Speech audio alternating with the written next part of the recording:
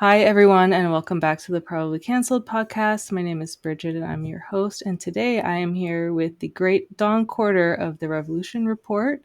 Hello. And how are you doing today, Dawn? Good, good. I'm happy that you invited me onto the program and that we finally had a chance to do the podcast together. Because I mean, we met a long time ago, but kind of have been in separate spheres since then, especially with me going to Russia. Yeah, it seems like you've been very, very busy. And well, Don is here today to talk about his recent trip to the DPRK, aka North Korea, and Vietnam, along with the Russian government. Is that correct? Yeah. I was with the Russian delegation and Vladimir Putin. I work in the presidential media pool as a journalist, so I usually go on trips like this. That's crazy. So, just to start off, can you talk a little bit about your background? Like, how did you? I've been meaning to ask you this. How did you even find yourself in this line of work? And then talk a little bit about the work that you do. Yeah, well, it is really a bit funny. Even my parents still laugh about it all the time. They're like, some guy from New Jersey is in the Russian presidential media pool. I grew up in East Brunswick, New Jersey. Uh, my parents are not Russian, and they come from like a humble working class background. And when I started getting into communism and anti-imperialist politics and everything around 13, started reading more about Marx and Lenin and Stalin and the whole communist world, politics, philosophy, all that stuff. Um, then I decided when I got into university, I went to Rutgers and also in New Jersey, that I wanted to study history with a focus on Soviet history, obviously, and Russian language and literature, so that I could read about the history of the Soviet Union from Russian sources that were not available in English. Because one of the big problems, obviously, with what we have available to us in understanding the Cold War is that pretty much everything that's in English, at least the vast majority of it, is what the Western side of the Cold War wants us to know about the Cold War, right? I mean, the Soviet Union had Progress publishers, which published some stuff in English, but there's huge amounts of information only available in Russian that gives a really different perspective on the Soviet Union. So for me, that was really fascinating, and I wanted to learn Russian so I could study that myself. Um, I finished university, thought, what am I going to do with uh, a Russian language and history degree? And I just wanted to go to Russia to have a bit of an adventure, to experience the culture myself. I didn't really have any sort of long term uh, plans. I just thought, let's see what happens. And I worked as an English teacher there for 3 months. I didn't really like it. I'm not really. I don't like working with kids, although I love kids. Just I don't want to teach them.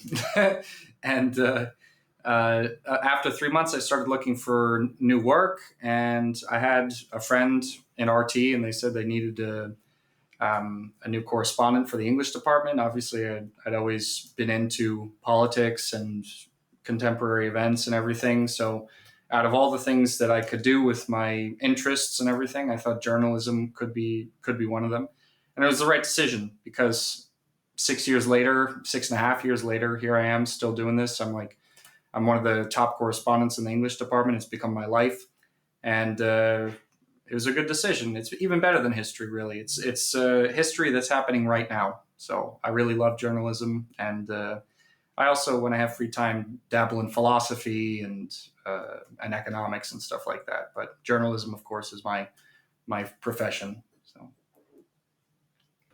That's so cool. And your Russian is actually really good. I've heard you interview people in Russian. I was like, is he literally Russian? Was he raised speaking Russian? So it's good to know. Now I know your background. That makes a yeah, lot more sense. But communist at 13, that's pretty early, dude. yeah. I mean, it's when I started thinking about the world critically. I guess. I mean, it was when the 2008 financial crisis happened. So I was like, my world went from everything being fine to seeing my neighbors losing their houses and stuff. And I was like, why is that? So I started reading about, stuff like that. Wow, that's amazing. Okay. Such a fascinating story. So just moving on, could you give us a little bit of a debrief on your recent trip to North Korea and Vietnam? Yeah. So first of all, when I heard that Vladimir Putin was going to North Korea, and I was going to be able to go with him, I was like, wow, this is awesome. I wanted to go to North Korea for the longest time. I think you could say it's even like a childhood dream of mine, because it's just a country that, I guess, when the leaders of the West tell us that, oh, bad, bad, bad, it's hell on earth, don't go there, blah blah, it makes you want to go even more. At least for me, wanted Yeah. I wanted to see like what it was like there. It's such a unique place. The culture, the society, the political system, the economic system, everything is very very unique there. And I was always fascinated also with how that country, despite so much pressure over the years, despite a devastating war in the 1950s, despite constantly being threatened with nuclear annihilation by the US, actually, that country continues to exist and lives on in the way that it feels necessary. It needs to live its own national life, you know.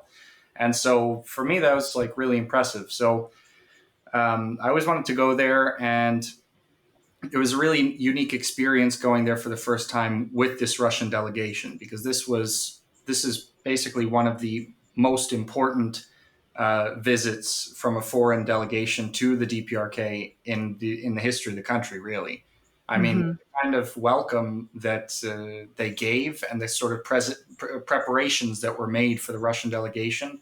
It's on a scale that we haven't seen since the 1970s, when the then Romanian president Nicolae Ceausescu went to the DPRK, and they also had the whole city come out and decorate the entire city and do like organized, how would you say it, like mass parades, and the waving and making giant posters with millions of people and stuff like that.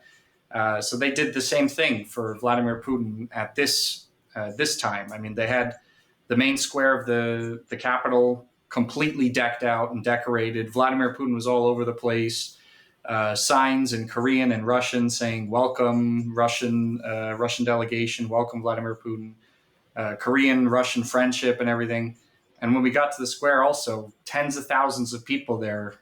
Like in this ceremony, music, soldiers, the whole government met Vladimir Putin. It was really cool that I got to be there on Kim Il Sung Square for that historic event, and it really was historic, not just because Vladimir Putin was going there with his delegation, which, by the way, Vladimir Putin wasn't the only high level guy in this delegation. I mean, it was the foreign minister, Sergei Lavrov, the defense minister was there, Belousov, and all these other very top level Russian deputies and diplomats. But it's not, like I said, it's not only important and historic because Russians visited this place. I mean, they signed an update to their previous comprehensive agreement on strategic partnership that was signed in the early 2000s. This is the first time in nearly a quarter of a century that Vladimir Putin has gone to the DPRK. And they signed an updated version of this agreement, which essentially, and this is like the way I see it, obviously, the official title for this agreement is a comprehensive agreement on strategic partnership. But based on what it actually says, I think it looks like an alliance or a mutual defense pact, because essentially the updated agreement that they signed when Vladimir Putin visited the DPRK this time makes it so that both parties are bound to defend the other in the case of military aggression against one of them. So say South Hmm. Korea decides to, the hypothetical situation, attack the DPRK tomorrow militarily. Russia's bound by this agreement to go help them, at the very least with like massive weapons deliveries, at the very most to like putting boots on the ground. And obviously the big question that this puts forward is the Ukraine conflict, because Russia is currently experiencing aggression from NATO and the United States. So according to the principles of this agreement, theoretically, within that framework, North Korea would have the diplomatic right to send troops there and fight alongside the Russian military, or at the very least send munitions or equipment for the war effort. So that kind of formalizes this possibility. And there have even been some reports that North Korea is planning to send troops there. But that has not been confirmed. And also, I was at a press conference that Vladimir Putin spoke at, um, and we got to ask him questions. And one of my colleagues asked him a question about that. Does this mean there are going to be North Korean troops in Ukraine? He said that's really unlikely because even before this agreement was signed, he said they were more than welcome to send volunteers or anything like that, and North Korea hasn't showed interest in doing that. So that's not really something that's likely to happen, according to the Russian president, what he said at the press conference.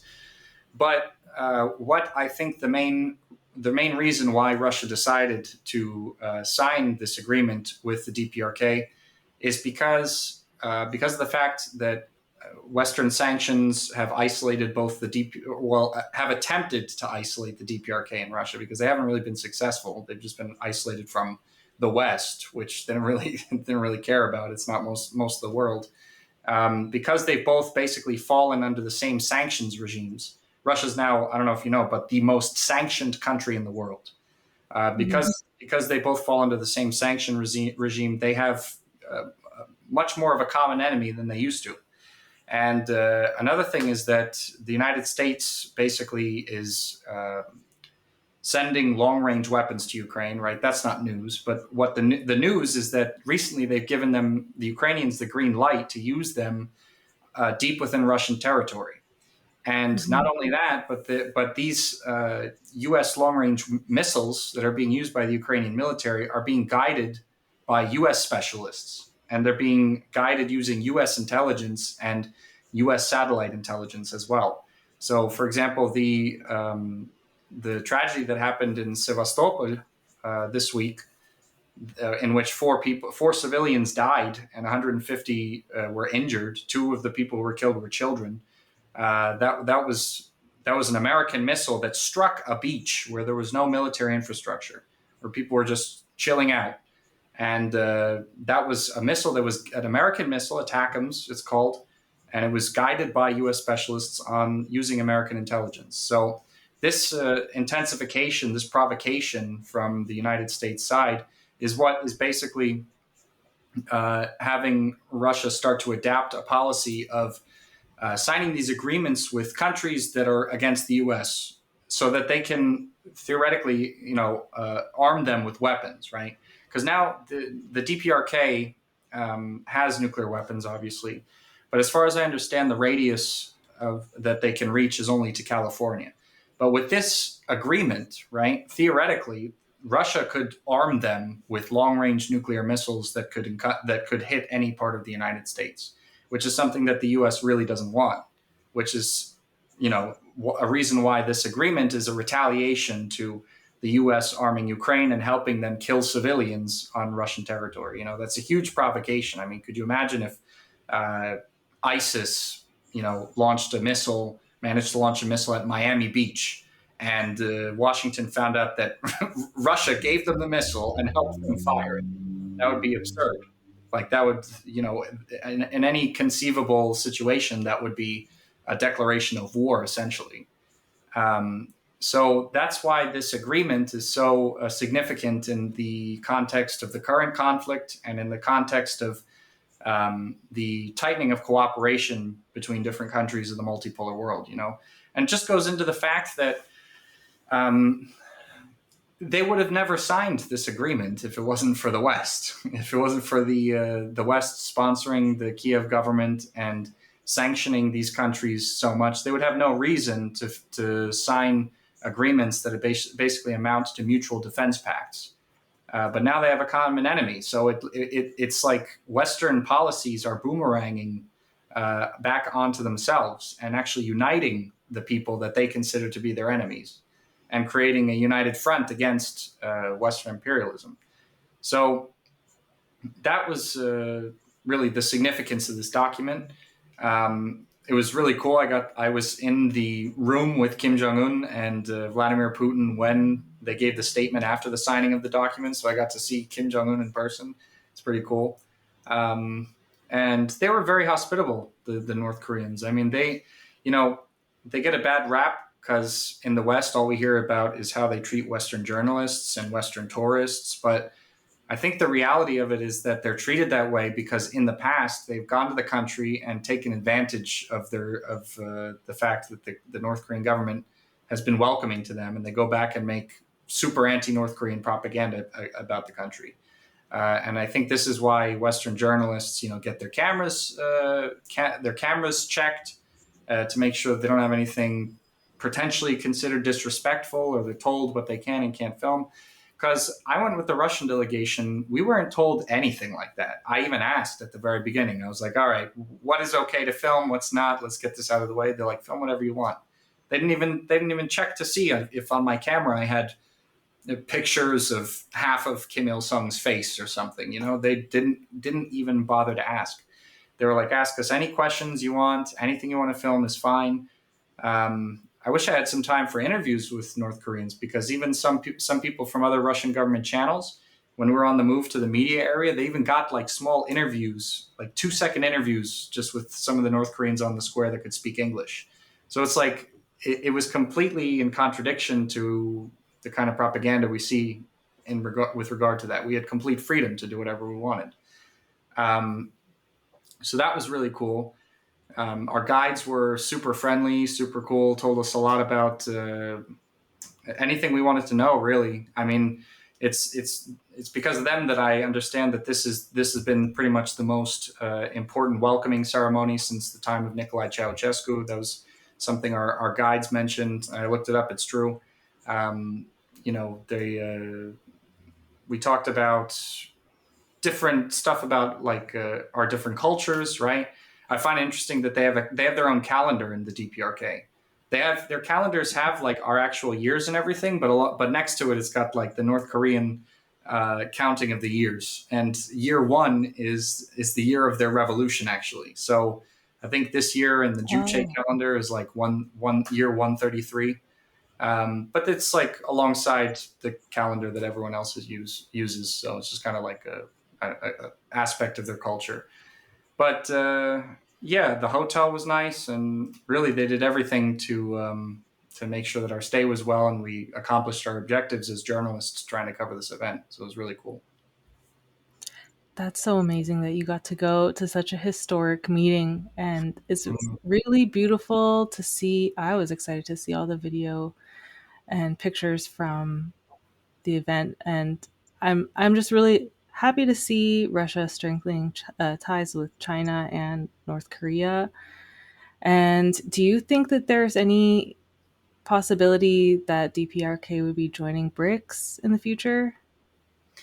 I don't think so, because the DPRK, like a lot of times economics is they look at economics separate from these political diplomatic deals. And the BRICS itself, declares that it's not a sort of partisan organization. It's just an economic bloc of anyone who wants to join to try to get away from dollar hegemony, right? But because I think, this is my opinion. I mean, I haven't spoken to or done any research into this, but I think based on the DPRK's Juche ideology of self-reliance in the economy, I think they're probably going to not do that, just because it requires more economic integration, right? It's like you said, it's Mm. good to see Russia, China, and the DPRK working together more, but like China and the DPRK are really different case studies, I would say, in socialism, right? Like China's embraced opening up, and the DPRK has sort of stuck to being closed. And you know, there are positives and negatives to both of those approaches. But based on what I saw in Pyongyang, I mean, the DPRK seems to be doing fine, going its own path. But I think it would, of course, help if they became part of BRICS, because obviously every country like that has a problem with hard currencies. And even though the DPRK is like a super hyper independent country, they still do have to do some foreign trade, which is why payments that everything we bought in the DPRK was done with dollars, because that's how they get hard currency to do the trade that they need to do abroad. But I think joining BRICS and strengthening the possibility of like a BRICS currency alternative, or doing transactions in national currencies would help their situation actually. Mm. Yeah, I think so too, but I'm also not an economist. Mhm. But I think so too. I would love to see that. Mhm. And another question I wanted to ask you was, you touched on it a little bit, but how was your experience in comparison to what like Western media tabloids like to report about North Korea, or somebody as popular as Yeonmi Park likes to report about North Korea? How did that compare to the reality of being there? Well, I mean, first of all, I know a lot about Yeonmi Park because I did a DPRK mini series on my channel, The Revolution Report, and I know how like just how much of her just how many of her stories don't add up and they contradict each other. So I really wouldn't trust anything that she says, especially because it's not backed up by any evidence either.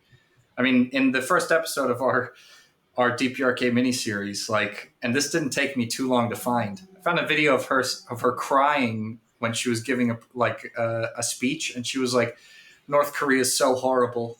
They only have one channel on TV."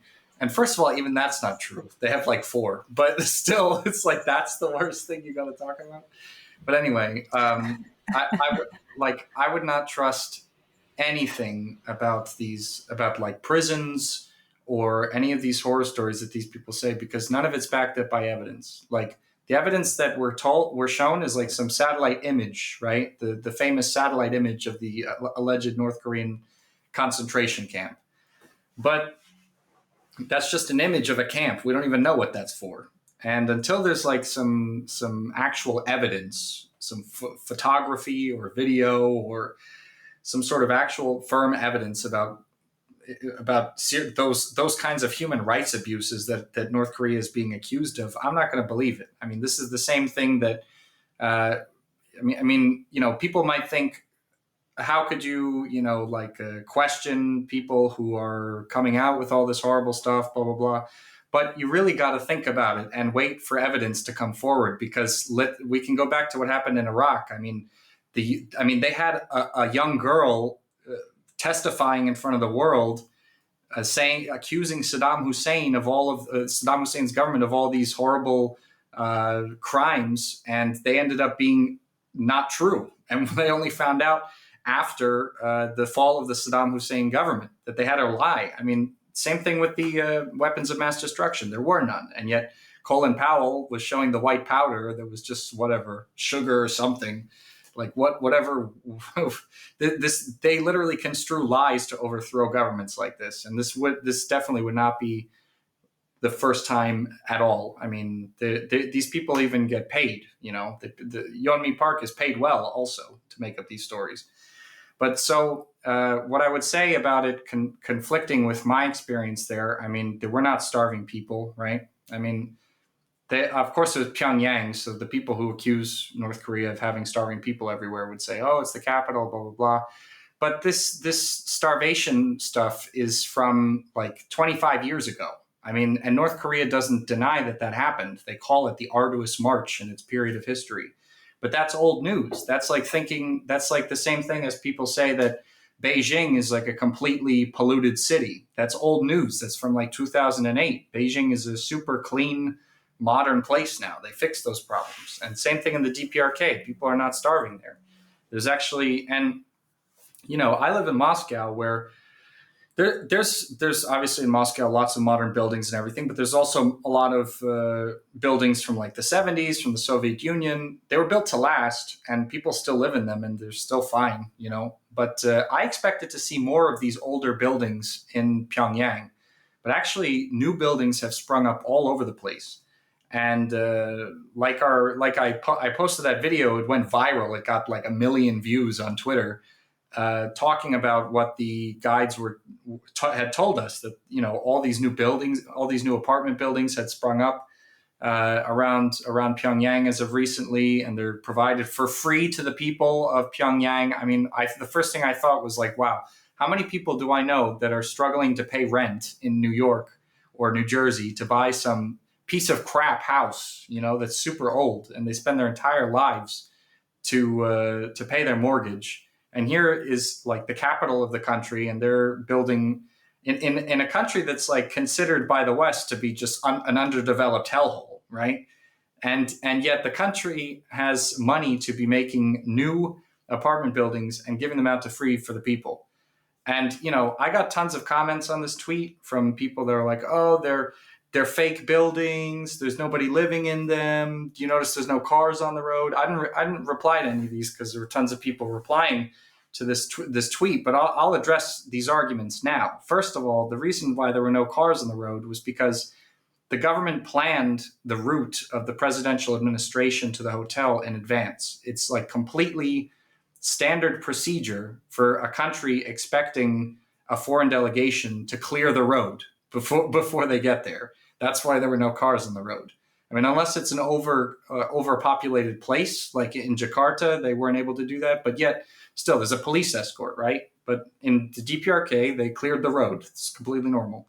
Because when we got to the hotel, I saw cars and trams on the road and buses and stuff.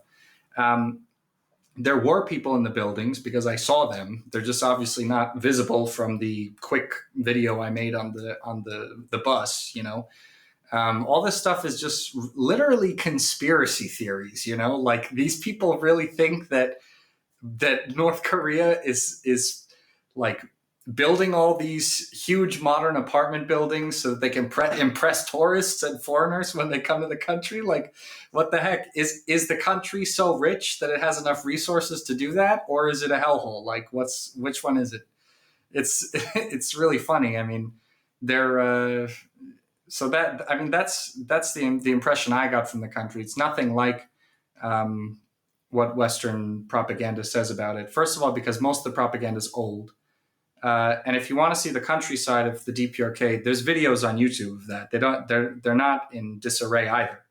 Obviously, Pyongyang is going to be the best. It's the capital of the country. But and in terms of something about Western propaganda, I wanted to also say,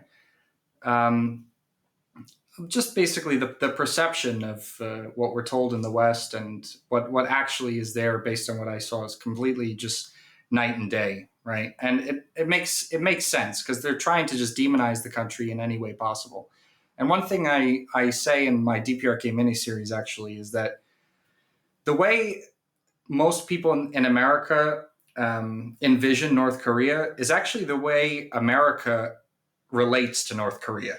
I mean, they'll be like, the media is entirely controlled. They only have one narrative. They're brainwashed.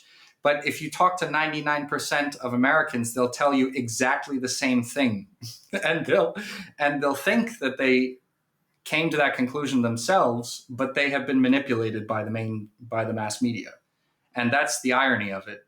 They're the ones that are actually living under this like North Korea style regime that they envision is in North Korea.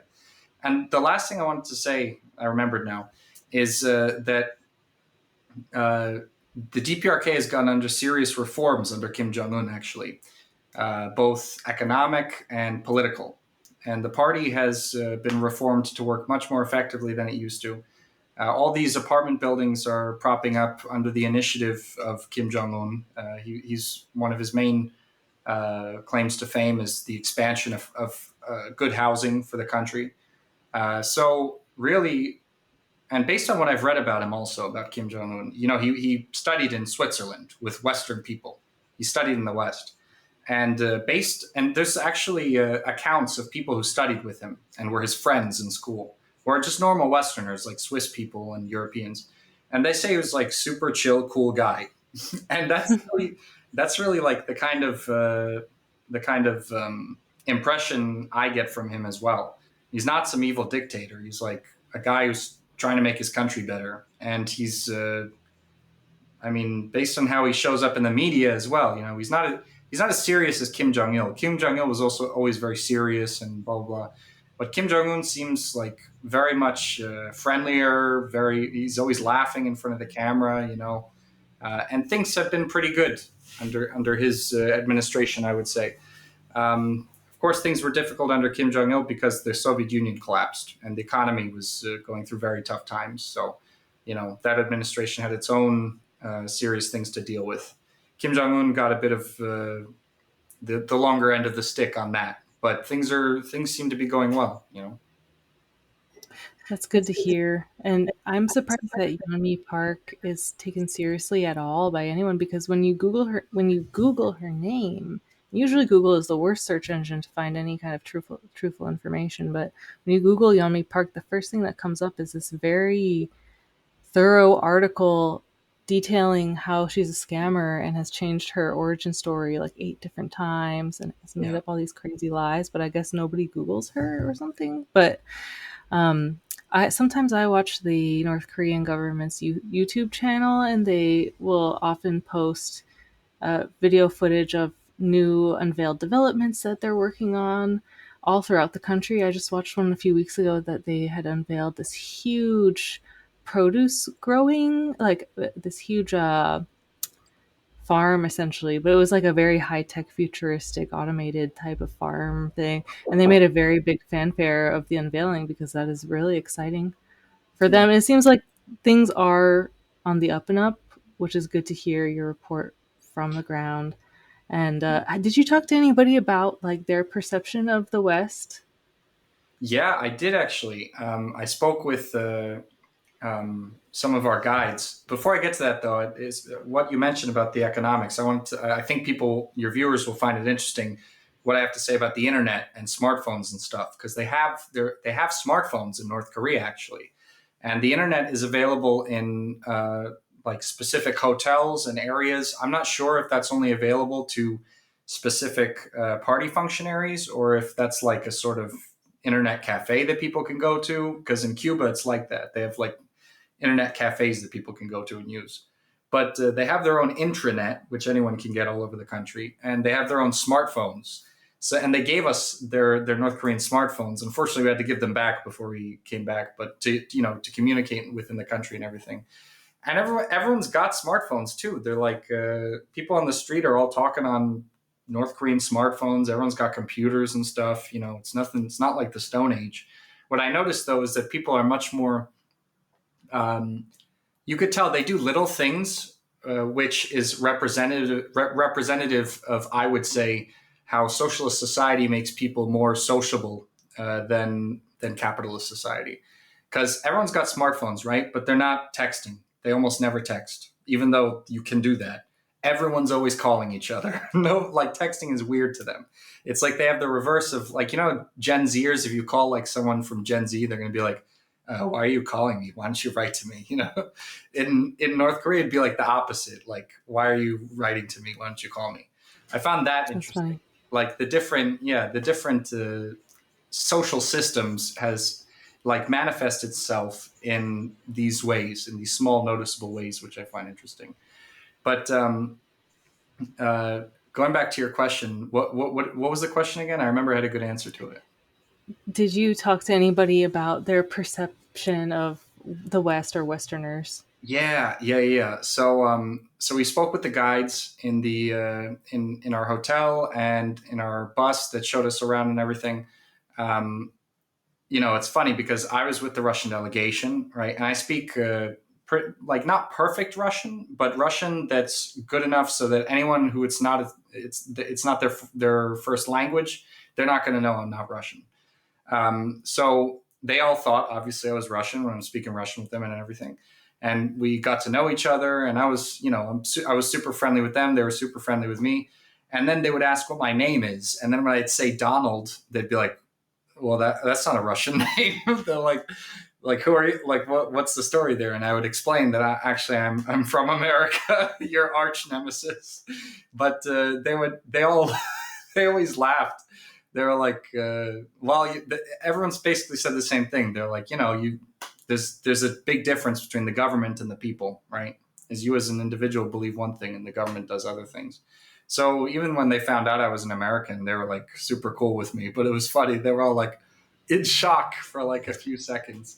But they obviously are very anti-American government, and but not anti-American people, which is demonstrable by what happened in my personal experience, right? They're tired of being harassed by the U.S. government. The U.S. government has been making their lives miserable since the beginning of the country. I mean, the Korean War was absolutely horrific. It was basically just as horrific as the Vietnam War. I mean, a lot of people don't know that North Korea was like the industrial center of Korea before the division of the country into two halves. And the US destroyed all of it, like completely flattened the entire country. They say that for every person in Pyongyang, living in Pyongyang at the time, the US dropped 2 bombs. They dropped double the amount of the population in terms of bombs on that city, completely leveled it. The economy was absolutely not functioning after at the end by the end of the war. They even used chemical and biological weapons as well that a lot of people don't know about. And they put the Japanese occupiers that had been torturing the Koreans and doing like experimentation on them and just completely colonizing them. The Americans put their collaborators in power in South Korea. So the South Korean government was a Japanese collaborationist government. And the people who actually fought colonialism in Korea, Kim Il sung and his guerrillas, they're the ones that came to power alongside the other Korean communists.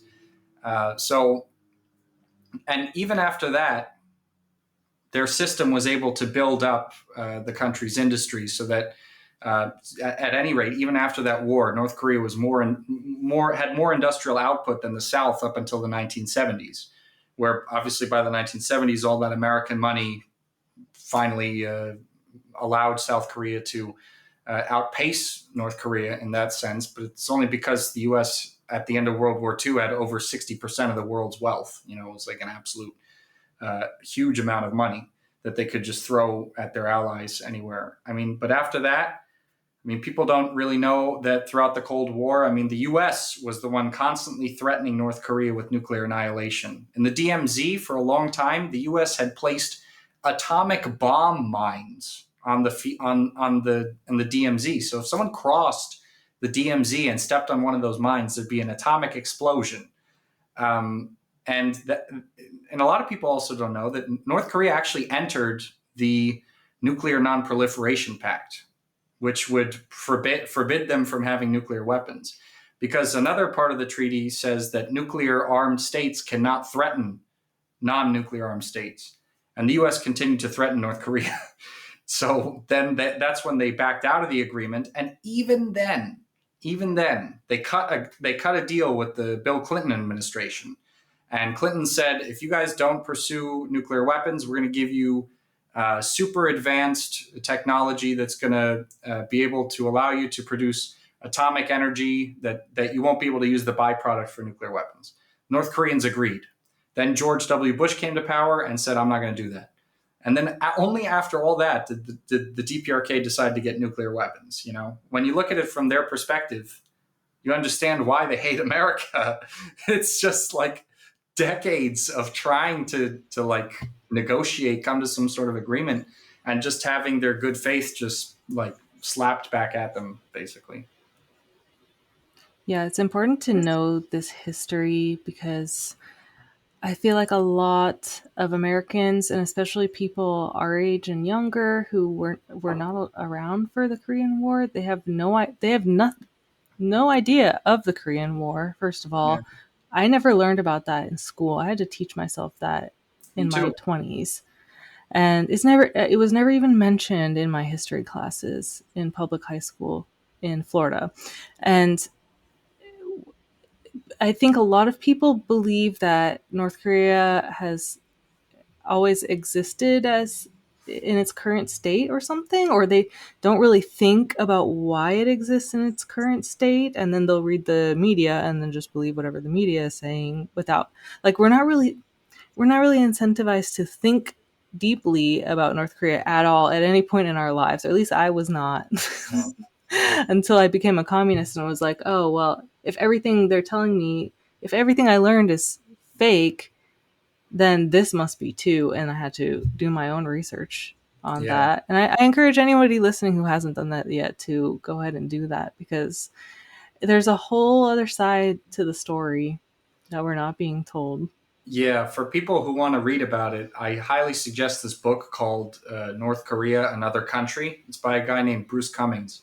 And this is a great book because it's not written by someone who supports North Korea. It's actually written by a liberal who is arguing that the soft power approach will be able to crush North Korea. He's suggesting a soft power approach to the DPRK, but the argumentation he makes for it is actually accidentally a justification for the DPRK's whole narrative of what's happened. He's like, we cannot use harsh force against them because we tried for so many years and they're not breaking. So he actually accidentally gives like a very detailed, historically correct explanation for why North Korea is the way it is today. So I definitely, for any viewers, suggest reading that book, North Korea, Another Country. That's great. I'll link that in the description Yeah, too, if so people can read that. I've never read that, so I'll be checking that out as well. it's cool. But do you want to mention anything else about your North Korea trip before we move on to Vietnam? Um, no, I think I pretty much said it all. I mean, I had a great time. I packed my suitcase full of souvenirs. I mean, I heard that North Korean beer was super tasty, and I even packed my suitcase with that. A couple of them exploded, but I was like, Oh it was no, worth it. But I got to try it. Very good. So if anyone goes to North Korea, try the beer. that's great. That's Yeah. awesome. Okay, so how was the Vietnam trip? How's Vietnam? Vietnam was awesome too. I again, it's too bad we had so little time to actually see the country because I would have really liked to see more of it. But and also we came literally at the hottest point of the entire year. Like I even Oh my spoke with god. this Vietnamese guy who's like the Secret Service, their Secret Service.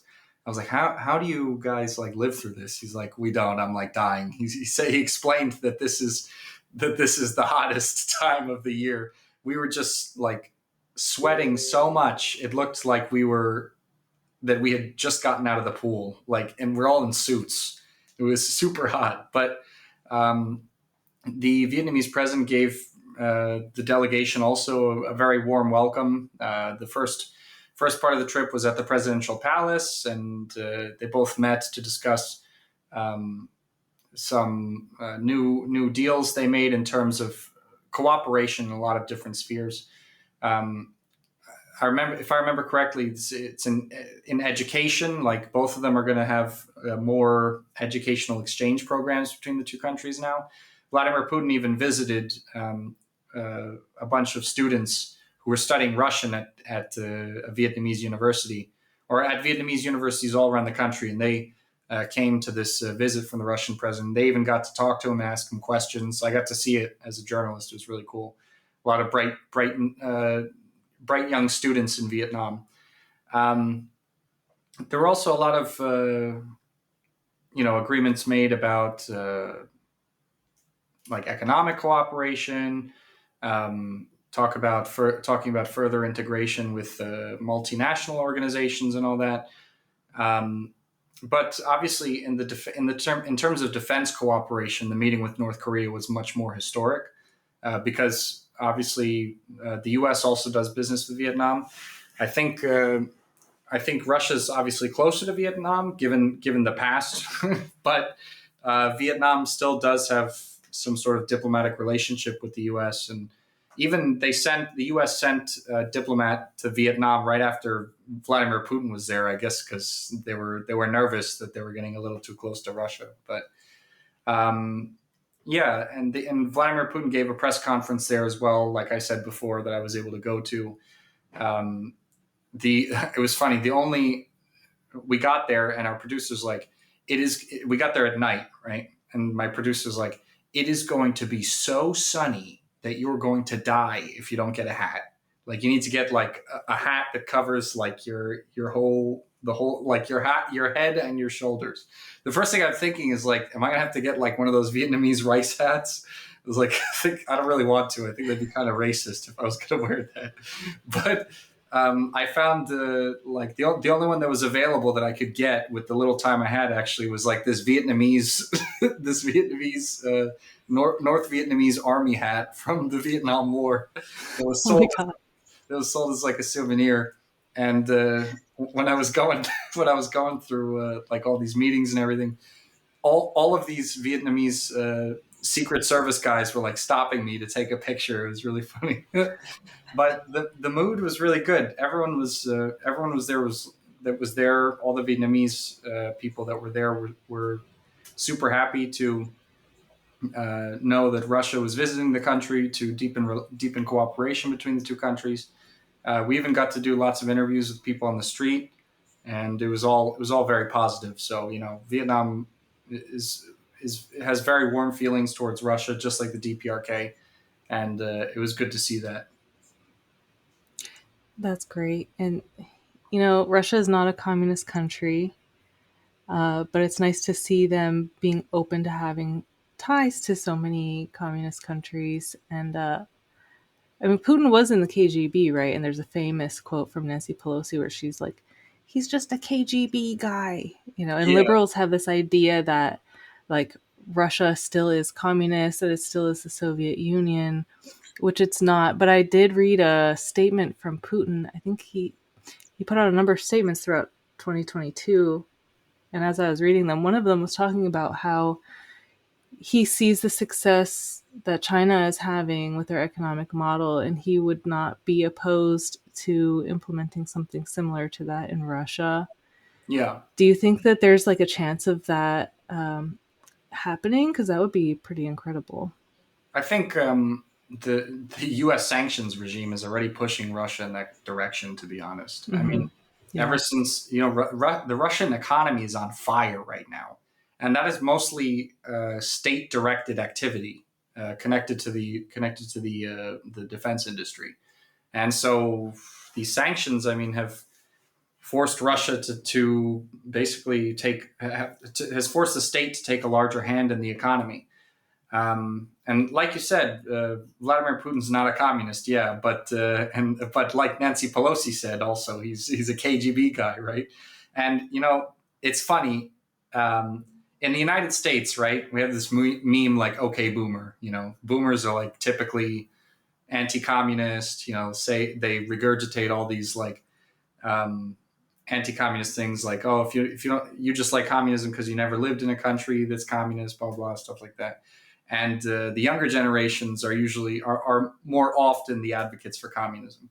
In Russia, it's like the opposite. Okay, you have boomers that are saying like "Long live the eternal" the ideology of Marxism, Leninism, and there's like I feel like there's an aura that this this generation, this older Russian generation of ex-military guys who are communists, they've all got the same like attitude and aura. And I've seen Vladimir Putin many times in person, and he's got this same thing. I call it the Soviet uncle aura, because they're all nostalgic about the USSR. I think and the thing with Russia, first of all, internationally, is that even though it is capitalist, it's not an imperialist country, and it's also an invaluable asset to the entire socialist world.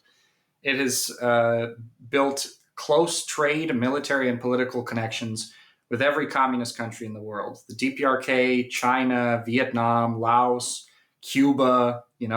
Cuba is becoming part of the Eurasian Economic Union, even though it's not part of Eurasia, right? But Russia still, like, we got to get the whole socialist world in on the multipolar project.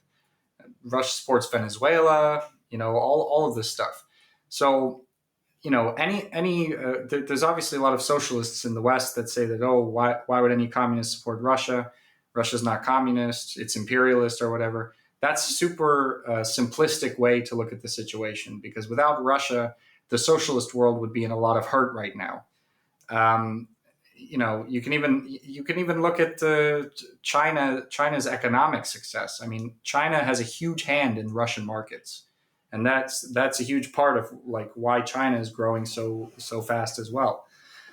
Um, and and another thing I wanted to say also is that Vladimir Putin's, if we want to go into an ideological Marxist-Leninist analysis of the Russian government, right?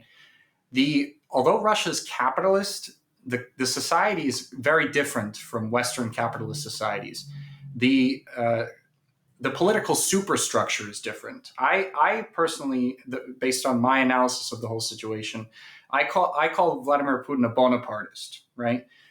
For anyone who hasn't read, I don't know if you've read the 18th Brumaire of Louis Bonaparte, but Karl Marx has this concept called Bonapartism, which is basically a situation where the political superstructure is such that the state controls the ruling class, as opposed to the ruling class controlling the state, which is usually what happens. And this is a situation that erupts out of the chaos of out of absolute chaos that follows some sort of revolutionary overthrow of a society. And by revolutionary, I mean it could mean reactionary overthrow as well. I just mean in this case, it's the fall of the Soviet Union. What Karl Marx was talking about in terms of why it's called Bonapartism is because after the French Revolution came Napoleon Bonaparte, and then he was overthrown by the forces of reaction. And then France was in a chaotic period where, like, the liberals were trying to take power, and the aristocracy was fighting for power, and the bourgeoisie was fighting for power, and there was constant struggle in the state in a way that no one class could get control over society. Eventually, this guy Louis Bonaparte came to power. And he was able to take over the state, but his power base was like the lumpen proletariat and the military, so they were separate from any one class, and so the state itself became an organ of society that began to run society. In Russia, it's the same thing. Vladimir Putin is not a capitalist, although under his rule the country is still capitalist. There is a capitalist class in Russia, but the capitalist class cannot do anything if it contradicts what the state says. And like Nancy Pelosi said, Vladimir Putin is a former KGB guy. Usually these Bonapartist governments are run by what in Russian is called siloviki. It's basically strongmen, men who control the state's monopoly on violence. And that's basically what Vladimir Putin's administration is. In the early 2000s, the way he got the situation under control when basically everything was being stolen out of the country from these capitalists is that he had a meeting with the richest people in the country. And basically he said, look, I'm in power now. This is how we're going to do things. And if you don't get with the program, you're in trouble. And some of them didn't get with the program, and they were imprisoned. They had to leave the country because this is how it usually goes. At that time, basically everyone was evading taxes, right? And that obviously for people who are very rich can land you in jail for a long time. But the government at the time wasn't enforcing anything like that. It was chaos. So Vladimir Putin was essentially to the capitalists that wanted to exploit the country for the benefit of Western corporations and make a buck like that. Vladimir Putin was like, okay, we're going to put you down on these tax codes. You're going to go away forever. You're not going to be in charge of any sort of big capital in the country. And that happened to a lot of oligarchs. One of them, one of the people who lost out on this, actually, the grandson of the head of the former head of the Communist Party, the CPUSA, actually, Bill Browder. No way. He ended up being a speculator in Russia that was like buying up Soviet industry and selling it off to the West in pieces. And he ended up having ended up getting kicked out after Vladimir Putin came to power because he's like, this isn't going to go on anymore. And then there were capitalists that were like, okay, you're in charge. We're not gonna like rape the country, essentially. And those capitalists were allowed to keep doing business as usual. So that's basically the situation now. The state tells them what they can and can't do, and if they step out of line, they're in trouble. And so it's not exactly a capitalist country, first of all, that's imperialist, or that's developing along an imperialist trajectory because of this very unique historical form of governance, which is very rare. But in Russia, that's really how I would describe it as Bonapartist. The state controls the show here, even though there is a capitalist class. And that's one of the reasons why Putin, said that about the Chinese system, right? Putin looks to China for a lot of, for inspiration sometimes, I'm sure, because the two systems are very similar. And in China, it's the Communist Party that controls the oligarchs and the capitalist class that still exists in China. And in Russia, it's not the Communist Party, but it's like sort of the outgrowth of what the Soviet bureaucracy was, the Soviet state bureaucracy that never really was completely destroyed after the fall of the Soviet Union. Yeah, I watched a documentary a couple years ago that it just is video footage of the very, very early days of Putin's presidency. And it's just an inside look at like the happenings of the government. And there's one clip that was really interesting. He was talking about how there's a faction of the government that wanted to like ban the Soviet anthem and the Soviet flag. And Putin was like, why would we do that? Our parents and our grandparents fought for this flag and for this song, which is the best. The Soviet anthem is the best anthem to ever be Yeah, written. It's true. And he yeah, was like, why would we disgrace our ancestors and our families by abolishing these symbols of our national history? Like, what the fuck? So that was a beautiful scene for me. I thought that was great. And then another clip I've seen of Putin in a boardroom where he's surrounded. There's like a roundtable situation with a bunch of Russian businessmen, and he's going over the developmental plans for Russia and just reaming into these guys, being like, "What the fuck are you doing? How yeah, are you doing this to our people? You cannot keep doing this anymore. I'm going to finish you." Basically, he was like it was like the kind of dictator you want to see, yeah, of putting these businessmen in their place, and that was a beautiful clip too, because he was really pissed at them. And I wish that we had somebody similar to that caliber on our side and in our government in the United States, because we don't. Um, but I've just seen these little glimpses of Putin that I'm like, and reading his speeches over the years, I think he's a pretty good guy. I like that guy. yeah. And I would even say that it's hard for a lot of people in the West to imagine, but I think Vladimir Putin is democratically elected. To be honest, like ever in the Western media, the last presidential election, they were like, oh, how could he get so much? This is just a fake election and everything. But they don't understand how much the Russian people have rallied under Putin after the military operation had to be deployed and after the sanctions regime. Like so many people that were in the opposition before have joined the Putin camp after they now basically what Putin was saying all along about NATO and the West has materialized in a way that it's affected people's personal lives. And that has Mhm. actually caused, again, by the West's own actions, that's caused many Russians to join Putin's political program. And so, in the last presidential election, there was record turnout and record support for Vladimir Putin. And I don't think that has anything to do with election rigging. I think that's a real reflection of the way Russia's become. And it's all the West's own fault. You were saying about the beginning of Putin's administration, he was trying to work with NATO. He was trying to do business with the West on equal terms, actually. He was like, oh, can we be part of the capitalist club? And the West was like, no, and they haven't treated Russia as an equal ever. And this is why the government has taken this approach. Yes. Speaking of the Russian people, how are they? How is the temperature in Russia right now, and how is everybody doing with the ongoings of the war? And what was the perception of the trip to DPRK in Vietnam? Well, right now the weather's kind of hot, actually, but I'm not complaining because there's so little sun in Moscow when the winter's like basically 6 months. It's like half of the year, and the winter Oh my is like god! almost never sunny. Yeah, so you have to take vitamin D pills, otherwise you're gonna be in for a world of pain. But uh, Yeah. but people here, I mean, I think that the trip to the DPRK was well received. The kind of Western propaganda against North Korea that exists in the West doesn't really exist in Russia.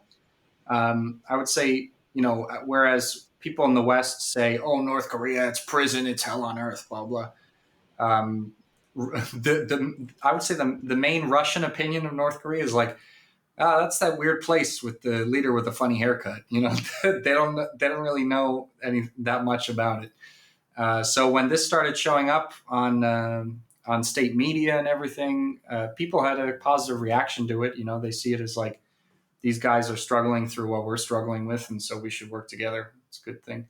At least that's what I've heard from like some people living in my building. You know, a lot of the it's funny. There's a lot of old ladies in Russia because of the demographic. You know, the demographic from World War II. You know, unfortunately, because of how many people died in the Second World War, when it was mostly men, of course. There's a lot of the demographic is unbalanced. There's a lot of older ladies in comparison to older men, but Mm. they're it's funny. There's a lot of memes on the internet too about how they're like the Eastern European security system, you know, because the older grandmas they're always paying attention to everything that's going around on in the building to make sure there's no funny business going on or whatever. So they go out of their way to meet any new person that moves into the building, and so they all watch me on TV also because I show up on Russian state television, and so Oh yeah. they're like they're every time I go somewhere they're like, oh, I saw you on TV. And when I came back for the DPRK, they're all like, "Oh my gosh, this is so great! We love North Korea. It's so great working with them." So I base uh, my understanding of how people have reacted to that on what I've heard from the older people in my building. But um, in terms of the conflict and its effect on Moscow and Russia, I think it's already super negligible, to be honest. Like people are just moving on with their lives. I mean, obviously people are dying, and but it's not like on the level of World War II, where like every family is affected or whatever. I think people have pretty much moved on with their lives so far. There haven't been any significant developments in the conflicts as of late. Except, of course, I'm making an exception for the people who are being bombed in Crimea as a result of these long range missiles. But as for Moscow, people are just pretty much going on with their lives, and the economic situation has not significantly worsened or worsened at all. Really, I mean, you could make the argument that actually it got better because all these European companies left, and now all that's happened is that Russian companies have filled that share of the market. And now because of Western sanctions, you have a Russian economy that, number one, is exceeding the expectations that the World Bank and International Monetary Fund had made for Russian growth. They're exceeding all those expectations, and all of these shares of the Russian economy that used to be owned by European companies are now Russian. And the more that happens, the more impervious the Russian economy is going to be to sanctions at all. So it's just making the economy more independent, essentially. Yeah, that's what I've heard from other people, so I'm glad to get your second confirmation on that. And I'm glad you're doing good over there. And the Thanks. Russian people are persevering and the economy is persevering because the United States economy is not persevering at all. It's not doing well at all. I know. I return like to the U.S. pretty much every year, and I've just seen how New York has become so horrible. There's just It's so like bad. there's crazy people in the streets all over the place, and it's like clearly gotten very poor. I mean, it's like they don't give a shit about mental health, about taking care of people with mental health problems. They just put them out in the street. Maybe legalizing It's so marijuana bad. will solve the problem. Like, Oh yeah, that should fix everything.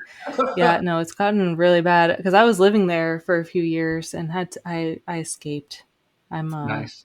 in Hudson Valley now. Once I got pregnant, I was like, we have to get the fuck out of here because this is not a place for kids. Who the It's hell? really not. I know that is not a place for kids at all. It's No, become no. horrible. Like I was a nanny for years there, and I would take the child that I nannied. We would walk everywhere, and it's just like broken glass and used needles and like crazy people. It's just I saw people get tased, people get decked out, like women get decked out right in front of me when I'm pushing a stroller with a baby in it. There's like broken glass all over the playgrounds. Anyway, get me out of the U.S. And the shocking thing is that there are like there's so many people in New York that are like, wow, this is the best city in the world. Like, go to Moscow. Like, just go. It's like Yeah. you're I the, hope I the can see someday. the metro is so dangerous. It doesn't work efficiently, and you're paying $4 a ride. It's crazy, dude. I Yeah. know. Well, okay. Well, my last question for you, and this has been great, but how can people follow your work? You got any links for us? Yeah, yeah. So we've got a website, therevolutionreport.org. But there you could basically find all our links to our social media because we're on YouTube. That's where we post our videos. We have live streams and everything. That's usually where we live stream too. We've got a Telegram channel at the Revolution Report that we post news there and commentary and everything. We've also got a Twitter, and but the main place where we really have the heart of our community, I would say, is on Discord. So make sure to join us on Discord. It's called TRRED Army. This is like TRR, like the Revolution Report, but like Red Army. I think yeah, I'll send you a link to it, and then maybe you can put it in the description of this video. Yeah. Yeah, I'm going to link all that in the description below so everyone can find it. Please follow Don and his work. And this has been great. I'm so happy to talk to you and hear from you, and you're welcome back anytime. I And I appreciate hope everybody had a great time listening. Thanks, Don. Thank you.